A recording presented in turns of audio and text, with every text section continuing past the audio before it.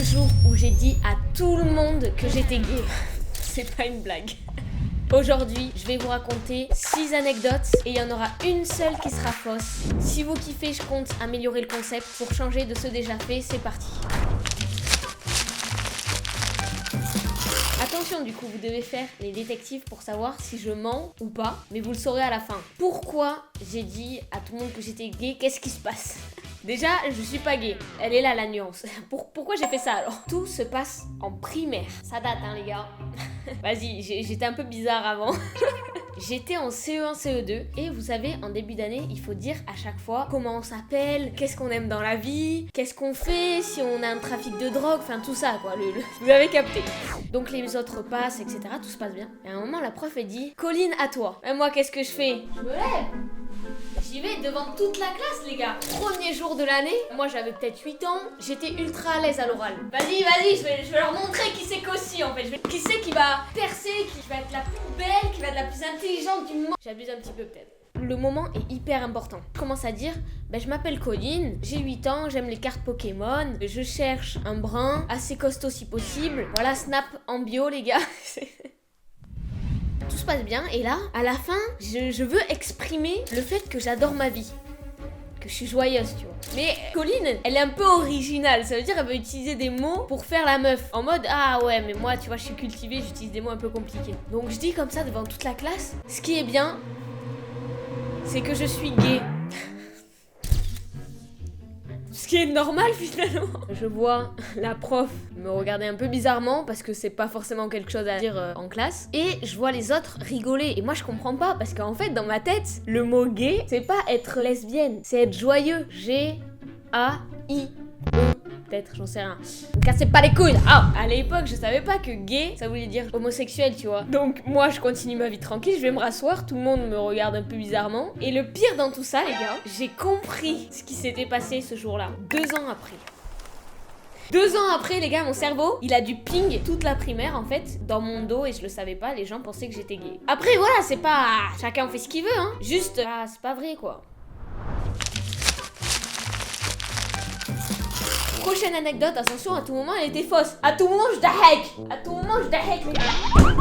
Cette anecdote, je suis mais terrifiée de la raconter et c'est un souvenir que j'aurais voulu oublier, les gars. Vraiment, ça me touche.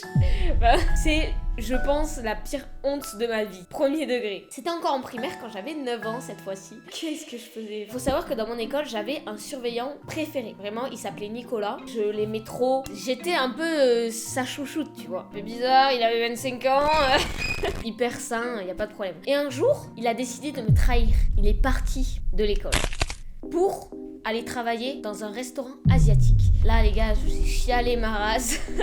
Mais bon, je me suis dit, y a pas de souci. Je vais aller le streamac IRL au restaurant asiatique. Écoute, pour moi, je vais voir mon pote, quoi. Alors que lui, je pense qu'il s'en battait les couilles de moi. J'étais petite, donc j'y vais avec ma mère. Pourquoi, Colina? Pourquoi tu décides de faire ça avec ta mère? Ça a des conséquences.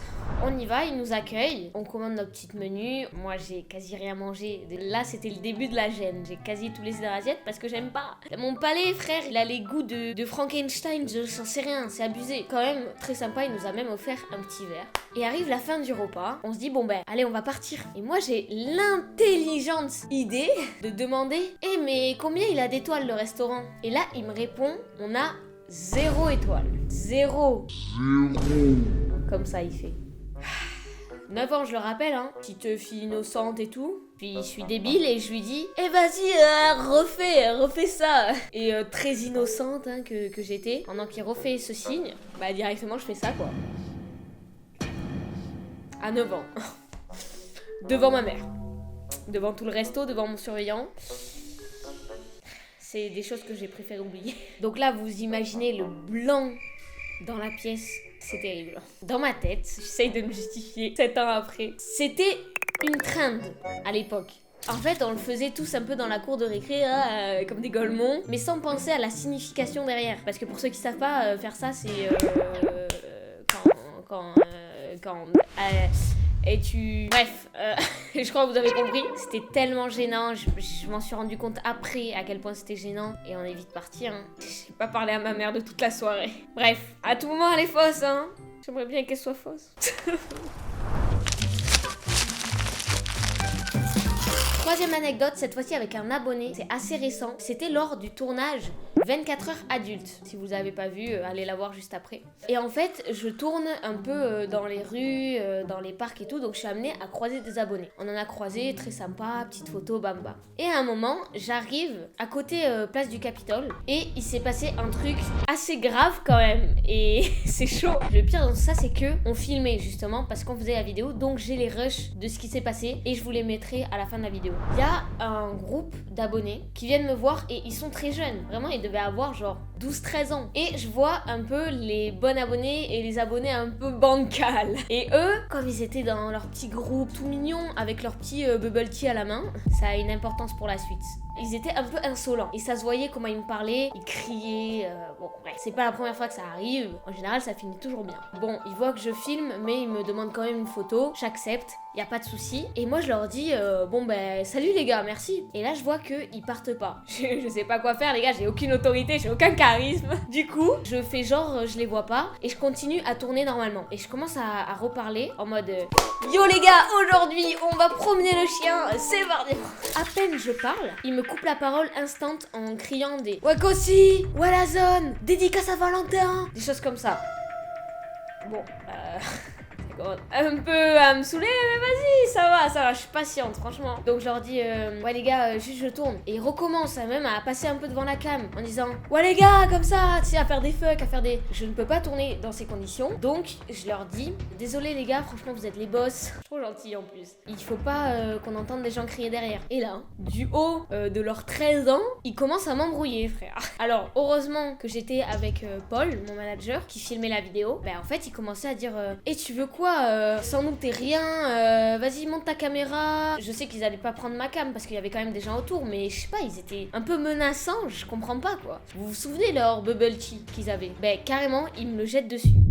Ils me jettent un bubble tea dessus. C'est aberrant, du coup j'en avais sur mes vêtements et tout. Bon, miskin, parce que ça coûte 6 balles le bubble tea, donc ils l'ont gâché pour me faire chier, mais vas-y, tant pis pour eux. Là, mec, tu veux faire quoi dans cette situation? J'allais pas les frapper. Dans tous les cas, ben là, d'eux-mêmes, ils savent qu'ils sont dans la merde parce qu'ils ont tâché et qu'on a les rushs, donc ils partent, tu vois, ils partent. Et vas-y, on va pas les rattraper, ça va mener à rien. Ça va juste nous faire perdre du temps de tournage, on devait à tout prix finir le jour même. C'est comme ça que se finit l'histoire. Mais bon, en général, vous êtes tellement gentils, incomparables par rapport au bonheur que vous m'apportez au quotidien. Prochaine anecdote, attention les gars, oubliez pas qu'il faut détecter si une anecdote est fausse ou pas. Cette fois-ci, on monte au collège parce qu'il s'est passé quelques petits signes dans ma vie. C'est peut-être abusé de dire que c'est des signes, mais moi j'ai toujours vécu comme ça, qui m'ont persuadé que j'allais finir youtubeuse, je vous explique. Donc là, ça se passe de la 6e à la 3e. J'ai toujours eu des chaînes YouTube et vraiment mon rêve ultime c'était d'être youtubeuse. J'étais tellement déterminée les gars, c'est incroyable. Et du coup, il y a plein de petits événements qui se sont passés, je vous explique. Dans un premier temps, quand j'avais 12 ans, j'avais acheté, tu sais, un petit vêtement de Thibaut InShape. Tame les gens! Je l'ai encore, je crois, attendez. Oh là là, mec!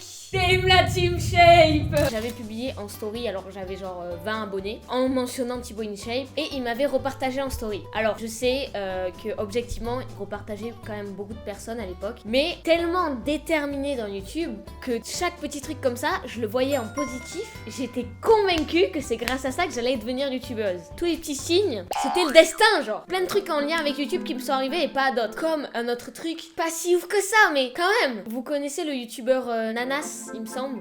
Ben, je lui avais envoyé un message et il m'avait répondu, tu vois. Attends, peut-être je l'ai encore. C'est un an que j'ai supprimé, j'assume pas. Et quand même, il était famous à l'époque de Fortnite et tout. Il y a un autre truc encore, le youtubeur Kenzis. Je sais pas si vous voyez. Quand il y avait la hype Fortnite encore, il m'avait accepté en ami sur Fortnite. Ça me fume, je suis encore persuadée que c'est un truc de fou 10 ans plus tard. Mais même, j'avais réussi à participer à un Jaka Diadi de Unchained. Les gars, j'étais vraiment la fan de base. J'ai réussi ma vie. Quatrième anecdote, simple, efficace. C'était en 4e et j'étais à côté d'un de mes potes à l'époque qui s'appelait Mathieu. Et c'est vrai que moi, j'avais quand même des bonnes notes, contrairement à lui qui galérait un peu plus. L'histoire se passe en cours d'espagnol. Porque puedo hablar español correctamente. Et donc, il y a une évaluation. Il me dit, Colline, en vrai, est-ce que je peux tricher sur toi? Moi, c'est mon gars sûr, je lui dis, ben, vas-y, y a pas de souci, je m'en fiche, moi. Tant que moi j'ai une bonne note, ben, si ça peut l'aider. Pas grave, ne faites pas ça, les gars, ne faites pas ça, c'est pas bien. Ne trichez pas, vous, en tout cas. C'est le principal. Et donc, on fait les vals. Bon, je vois qu'il note vraiment la même chose que moi. Ça, c'est chiant, par contre. Tiens, quand vous copiez, faites un effort pour au moins changer un peu la tournure des phrases et tous les mots. Parce que là, c'est abusé de faire ça. C'est cramé de fou. Une semaine après, au moment de nous rendre les évals, la prof nous appelle, moi et Mathieu. Dans quelle sauce je me suis mis, là? Elle nous dit, bon, est-ce que vous avez triché un sur l'autre? Non, on n'a pas triché. Et là, elle nous montre les copies. Je vous jure, les gars. Elle montre les 2 copies. Et ok, c'était à peu près les mêmes choses marquées. Mais surtout, mon pote Mathieu, sur sa copie, il avait mis mon prénom. Je vous jure. Mec, comment tu peux être con comme ça? Comment c'est possible? Mais mec, mais il n'y a aucun effort, frère. Il avait mis Colline et son nom de famille à lui. Genre, il avait tout whippin. Aucun effort. Bon, du coup, déjà, au moins, la prof, elle a compris que c'était lui qui avait triché et pas moi. La prof d'espagnol, tellement elle était gentille, elle lui a rien fait. Ça veut dire, son excuse à mon pote Mathieu, c'était, je suis amoureux de Colline et je pense tout le temps à elle. Du coup, j'ai mis son prénom sur ma copie. Et je vous jure, c'est passé. C'est abusé, mais vraiment, c'est abusé. Elle a dit, ah, ok, c'est pour ça. Ouais, ok. En fait, je pense qu'elle était tellement gênée et ça lui avait refait sa journée qu'elle s'est dit, bon, vas-y, frère. C'est déjà trop tard, ça y est. Donc bon, en vrai, je m'en rappellerai toute ma vie, c'est tellement drôle. Et dernière anecdote, vous vous rappelez ma vidéo qui a plus d'1 million de vues, vraiment vous êtes des boss, ma maladie. Je vous avais raconté du coup que j'avais eu une phlébite, etc. Je m'étais fait opérer et j'ai eu des nouvelles récemment. Donc je me suis fait un petit truc de contrôle, tout va bien. Par contre, il faut savoir que quand je vais à l'hôpital, chez le médecin, tous les moments qui peuvent être un peu particuliers parce que je peux me retrouver en sous-vêtements, bah, du coup face à un docteur quoi, si il doit m'ausculter, etc. Forcément, j'y vais en mode incognito. Ça veut dire si je veux pas me faire reconnaître, j'arrive à pas me faire reconnaître. Donc vraiment, comme ça, je suis tranquille, aucun souci. Et donc le mois dernier, à ce fameux rendez-vous, je vais voir mon médecin qui m'a opéré. Je me dis bon ben j'ai aucune gêne à avoir. Sauf que là, il entre dans la salle et il dit la phrase que j'aurais jamais voulu entendre. Alors comme ça, t'es connu toi? Non, oh, non, non, non. Non, non, c'est pas moi, pitié, c'est pas moi.